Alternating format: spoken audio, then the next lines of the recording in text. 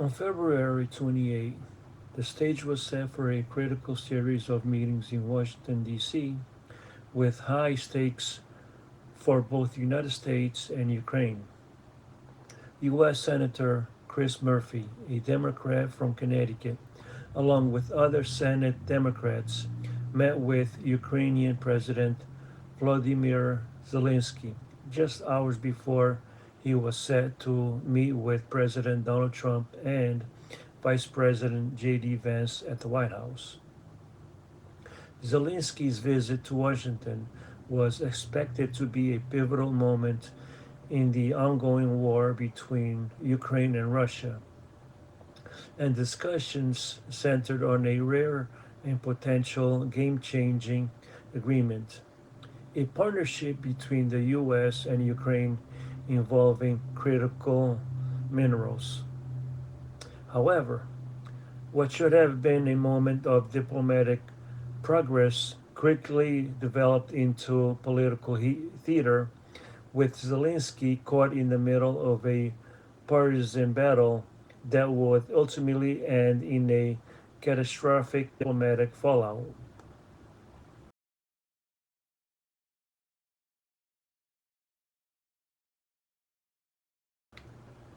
Welcome to Politics of Deception. Before we dive deeper into the story, make sure to subscribe to our channel for more in depth analysis in today's most pressing political issues.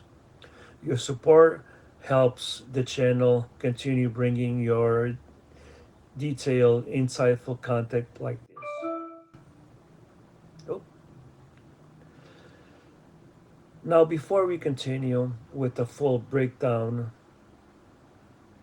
let's take a look at an important moment.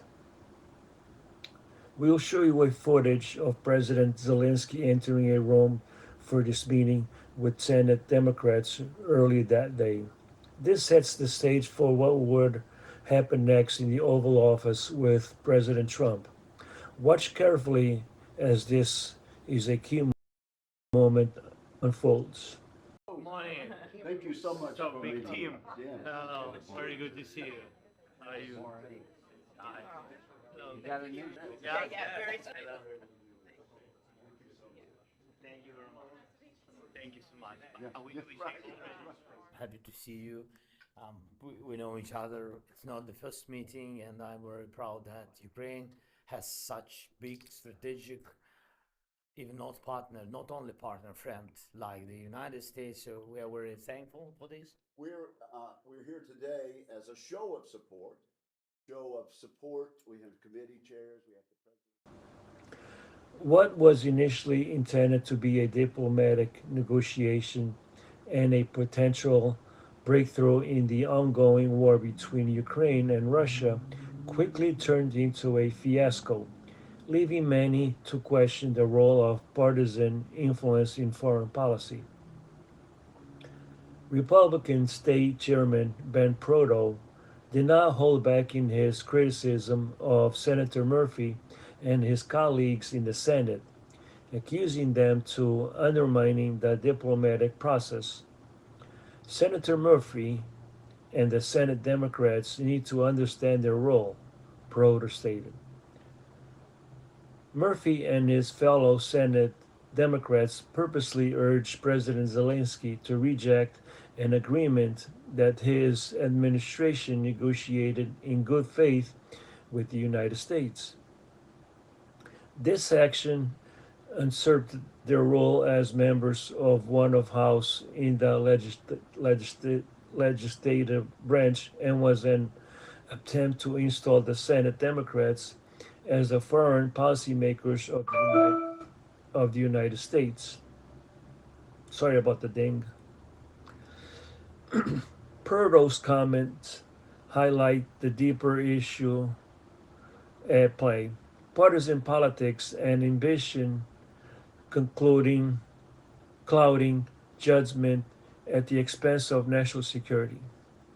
Senator Murphy, for as much as he dreams every night of having the title of president, is not in charge of foreign policy and the United States.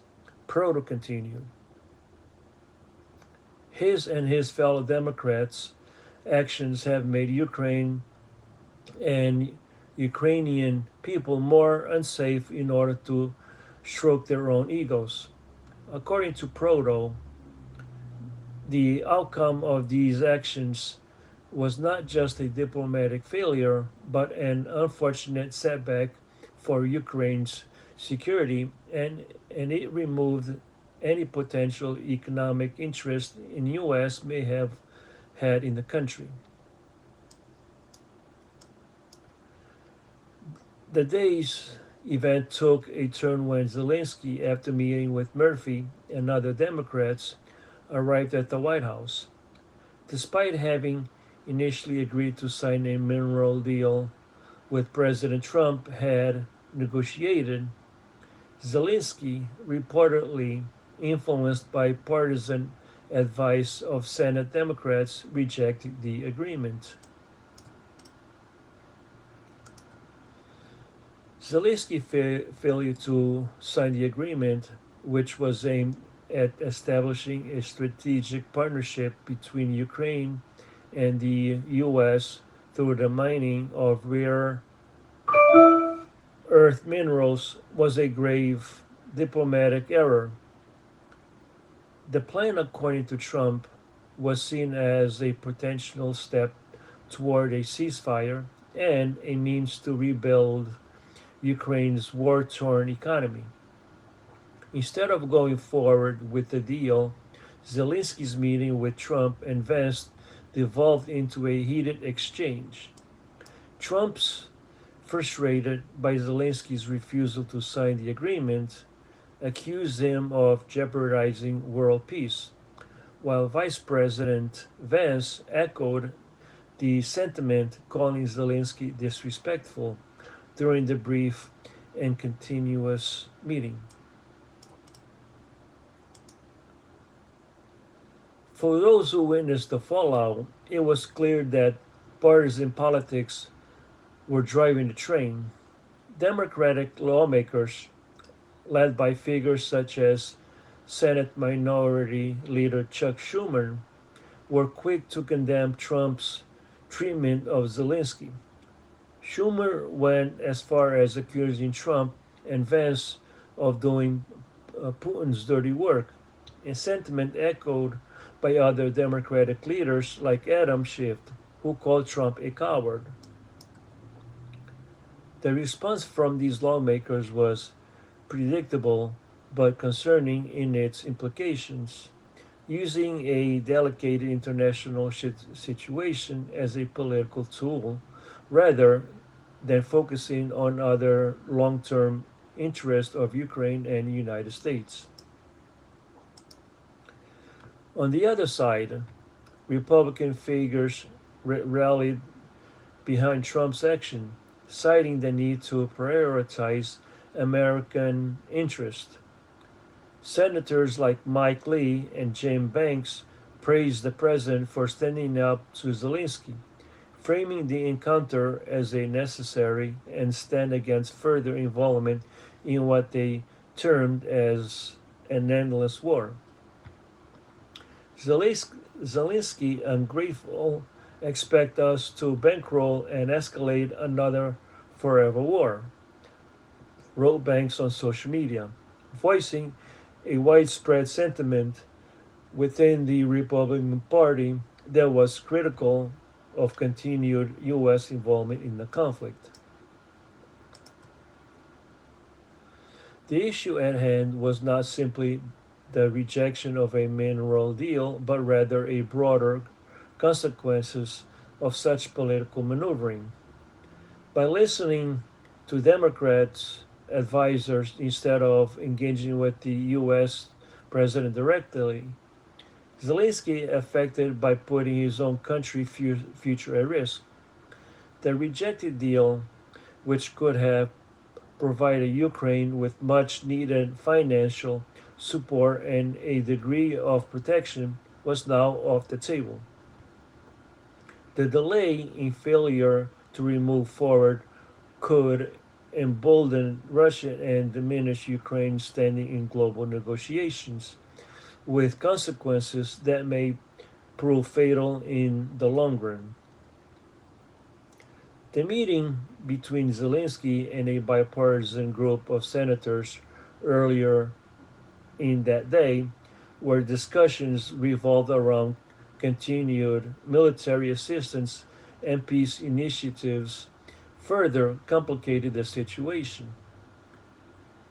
These senators, including Amy Klobuchar, I hope I spelled that right, or pronounced it right, Jay Rosen, Lindsey Graham, and others, presented an optimistic view of the U.S. Ukraine alliance, focusing on the support Ukraine had garnered in Washington.